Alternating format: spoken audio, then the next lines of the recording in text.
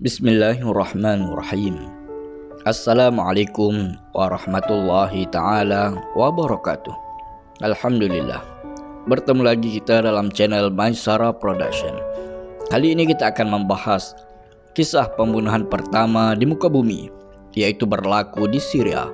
Sebelum itu, jangan lupa untuk subscribe Maisara Production agar senantiasa berlangganan dan mendapat ilmu yang penuh bermanfaat buat dunia dan akhirat. Bismillahirrahmanirrahim. Syria ialah negara yang banyak menyimpan kesan sejarah Islam. Tanah bumi negara inilah yang menjadi saksi kepada kisah pembunuhan pertama di muka bumi ini. Nabi Adam alaihissalam dan Hawa mempunyai dua pasang anak kembar, yaitu lelaki dan perempuan. Qabil dengan kembar perempuannya bernama Iklimah, dan Habil dengan kembar perempuannya bernama Labuda. Oleh sebab syariat agama ketika itu tidak boleh dikahwinkan dengan saudara lahirnya, dianggap satu keturunan, maka Qabil dikahwinkan dengan kembar Habil, dan Habil pula dikahwinkan dengan kembar Qabil. Qabil tidak mahu menerima keputusan itu. Dia mahu berkahwin dengan Iklimah, yaitu kembarnya sendiri, kerana kembarnya lebih cantik dari kembar Habil. Nabi Adam alaihissalam pun menyuruh kedua-dua anaknya membuat korban untuk Allah Subhanahu wa taala. Korban siapa yang diterima, maka dia akan berkahwin dengan Iklimah, yaitu kembar Qabil yang cantik jelita itu. Qabil melakukan korban bukan dengan niat yang ikhlas. Dia melakukannya semata-mata kerana nafsu. Sementara Habil pula melaksanakan korban dengan penuh ikhlas untuk mengikut perintah ayahnya.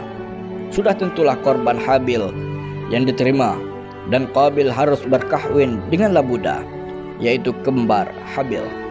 Hal ini menyebabkan timbul rasa sakit hati dalam diri Qabil. Lalu dia pun membunuh Habil. Kisah pembunuhan ini tercatat dalam Al-Quran, yaitu surah Al-Ma'idah ayat 30, yang bermaksud, maka hawa nafsu Qabil menjadikannya menganggap mudah membunuh saudaranya. Sebab itu dibunuhnya lah, maka jadilah ia seorang di antara orang-orang yang merugi. Qabil membunuh Habil kerana berebutkan seorang perempuan. Qabil memaksa Iklimah lari bersamanya, melarikan diri dari bapanya. Adam alaihissalam pun berkata, pergilah kamu bersama kemurkaan Allah dan kemarahanku kepada kamu, dan sesiapa yang melakukan perbuatan seperti kamu akan mendapat kemurkaan yang sama dari Allah Subhanahu wa taala. Qabil juga mendapat balasan yang sama. Dia akhirnya dibunuh oleh anaknya sendiri, dan bermula siri pembunuhan manusia yang berterusan di muka bumi ini. Hasil perbuatan pembunuhan pertama yang dilakukan oleh Qabil. Secara tepatnya, pembunuhan itu berlaku di Jabal Qasyun. Dalam perjalanan menuju ke puncak Jabal Qasyun atau Bukit Qasyun, terdapat makam Nabi Zulkifli alaihissalam. Beliau adalah antara nabi yang disebut dalam Al-Quran, dan termasuk dalam 25 orang nabi yang wajib kita ketahui.